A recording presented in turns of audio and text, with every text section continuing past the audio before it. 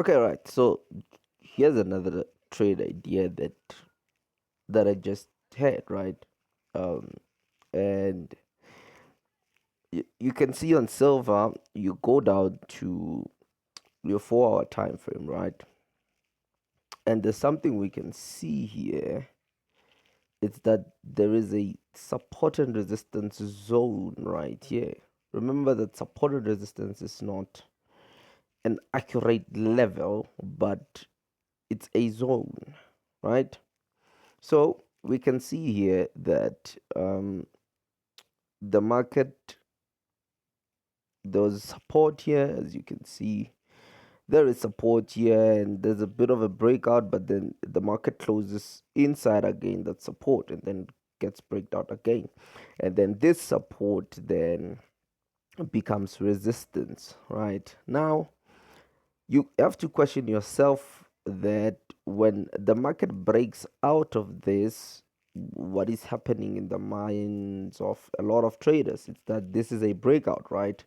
So at the close of the 4 hour candle, what traditional technical analysis will tell you to do is to do what? Is to enter buy positions, expecting that the market is going to continue to rally to the upside. But really, as you can see, that is not what happened, because after this move here, then the market began to go to the downside, right?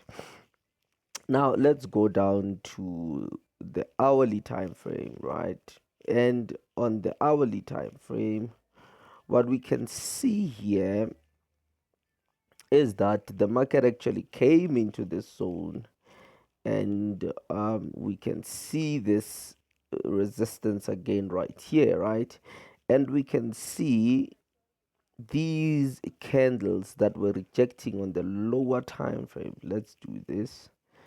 We can see these candles here that we're rejecting, right? And remember that time is very important. You look at the time that this move was happening, it was right before PCE um news releases, right? As you can see here, that it was right before what was this core PCE price index, which is a measure of inflation that the feds actually look into, right?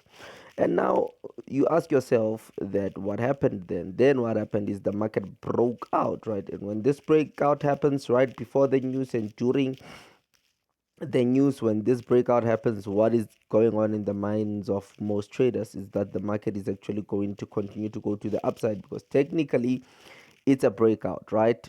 Great. Now, another thing that I'd like us to pay attention to is this right here.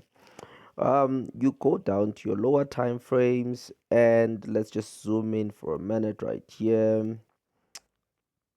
And you go down to your lower time frames, and what you realize is that there are trend line traders that would have been caught in this market. How do we know that? You can draw your trend line right there, and it's actually going to look more accurate on a lower time frame, like on a 15-minute time frame. If you go down to, let's actually do it, let's go down to a 15-minute time frame, 15-minute time frame, and then we just want to see this move. Where were we? We were here, right? So this is right before the news releases, right? So we've got the market on a lower time frame trending to the upside right here.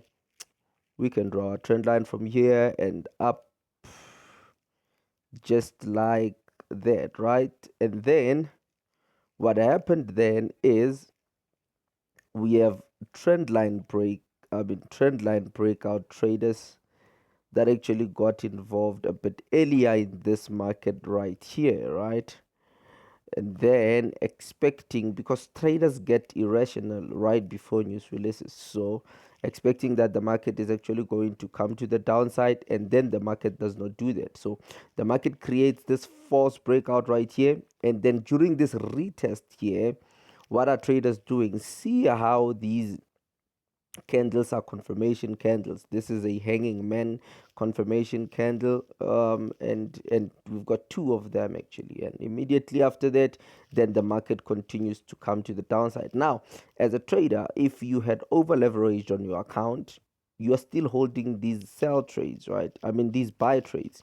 If you were buying here and you actually over leveraged, you've got loss aversion. Check it out. There's a principle called loss aversion. So traders generally have loss aversion, meaning that they hold to their losing trades because winning feels better than losing. So when the market comes back here, what do you think these traders are going to do?